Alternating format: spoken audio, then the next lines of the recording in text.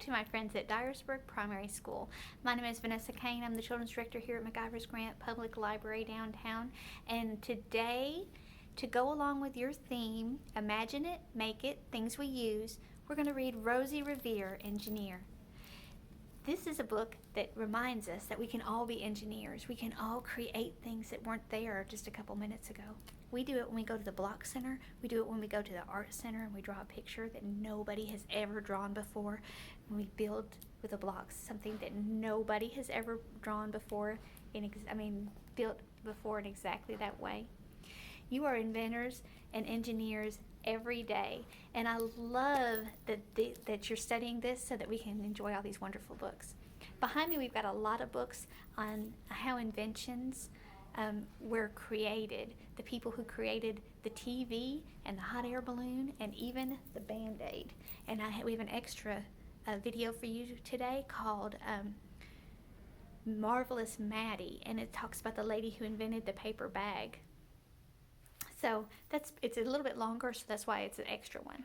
This book's called Rosie Revere, Engineer, and it's by Andrea Beaty. She's the author, so she wrote the words. See how it's written on, it's drawn on graph paper? It's illustrated by David Roberts. So he used that graph paper all the way through the whole book, because a lot of times when you are an engineer, you use that graph paper so that you draw things precisely. You know how sometimes on a blank piece of paper, when you start writing, it might kind of go up a little bit, or if you draw something here and you draw the next one, it might be a little bit bigger. These lines on the back of this paper, they help you keep things very precise. So a lot of times engineers use those, and draftsmen and inventors use those. This book was published by Abrams Books for Young Readers.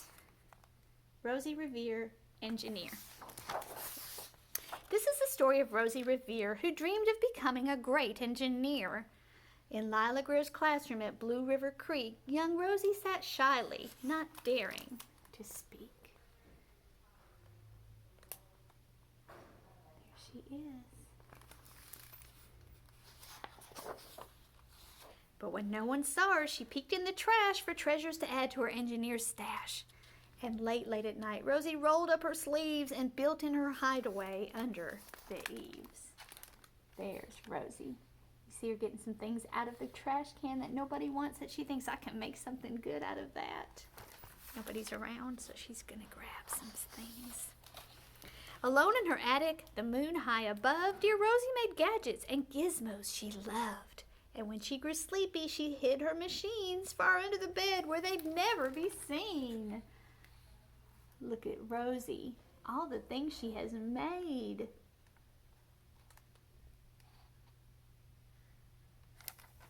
She doesn't want to show anybody though, does she? Not right now.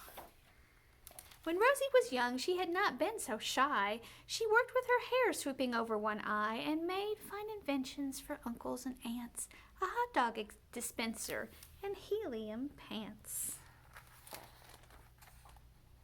There's her uncles and aunts. There's Rosie and her helium pants. Helium is what goes in a balloon that makes it float up in the sky. So look what's happening to her uncle with his helium pants. What's happening to him?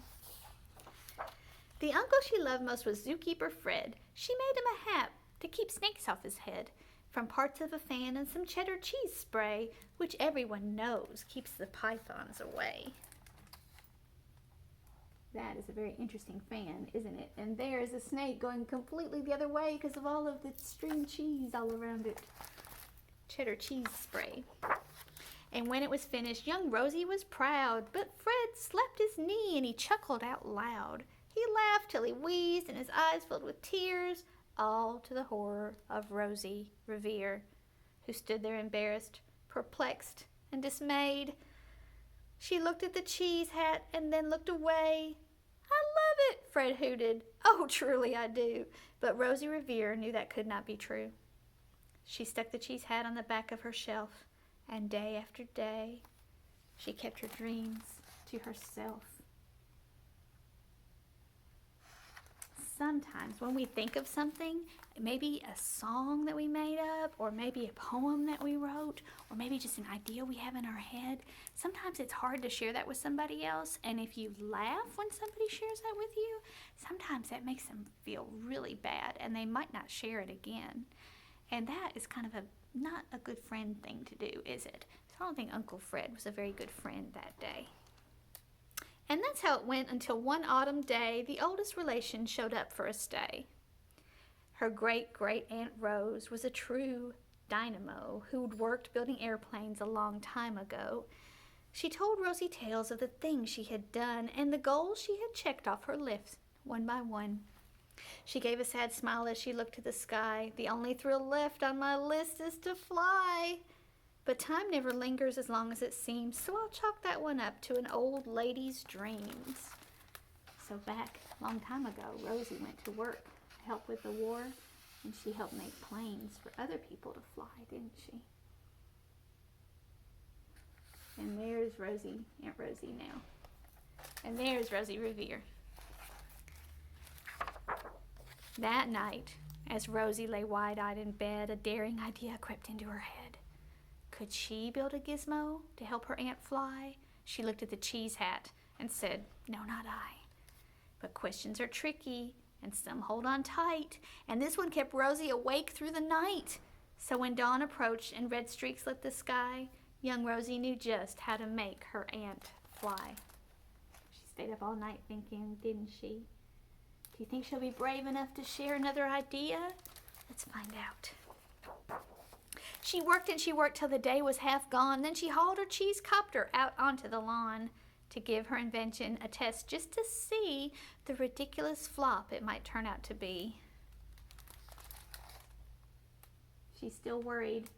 I think she still doesn't want to share it with anybody else, because what if it's not good? Strapped into the cockpit, she flipped on the switch. The Hello Cheese copter sputtered and twitched. It floated a moment and whirled round and round, then it froze for a heartbeat and crashed to the ground. I love it when they do words this way. Look on the page how they did the words. Oh, look, the words twirl around Rosie and her invention. See how she's floating through the air? Oh, and there they go down. Oh, and she crashed to the ground. Oh, no. Let's see what happens. Maybe her aunt didn't see. Then Rosie heard laughter and turned round to see the old woman laughing and slapping her knee. She laughed till she wheezed and her eyes filled with tears, all to the horror of Rosie Revere, who thought, "Oh no, never, not ever again will I try to build something to sputter or spin or build with a lever, a switch, or a gear, and never will I be a great engineer." Poor Rosie. There's her wonderful invention, all tattered on the ground, all falling apart because it crashed, and there's her aunt, and her aunt's laughing. Oh dear. She turned round to leave, but then great-great-aunt Rose grabbed a hold of young Rosie and pulled her in close and hugged her and kissed her and started to cry. "You did it! Hooray! It's the perfect first try. This great flop is over. It's time for the next." Young Rosie was baffled, embarrassed, perplexed. "I failed," said dear Rosie. "It's just made of trash. Didn't you see it? The cheese copter crashed." "Yes," said her great aunt, "it crashed. That is true. But first it did just what it needed to do. Before it crashed, Rosie, before that, it flew." Sometimes we just focus on the end of something, don't we? Instead of the experience of it. And that is something that inventors do all the time.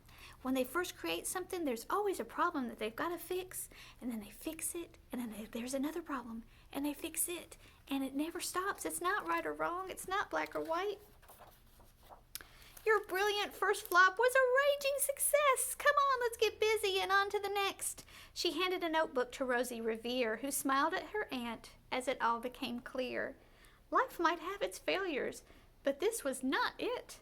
The only true failure can come when you quit. And there is her notebook. And see how it's on that graph paper again like we talked about? And look at all of the different ideas Great Aunt Rosie had for planes and flying machines. Some of them might look familiar. Some of them have been invented. They worked till the sun sneaked away to its bed. Aunt Rosie tied her headscarf around Rosie's head and sent her to sleep with a smile, ear to ear, to dream the bold dreams of a great engineer.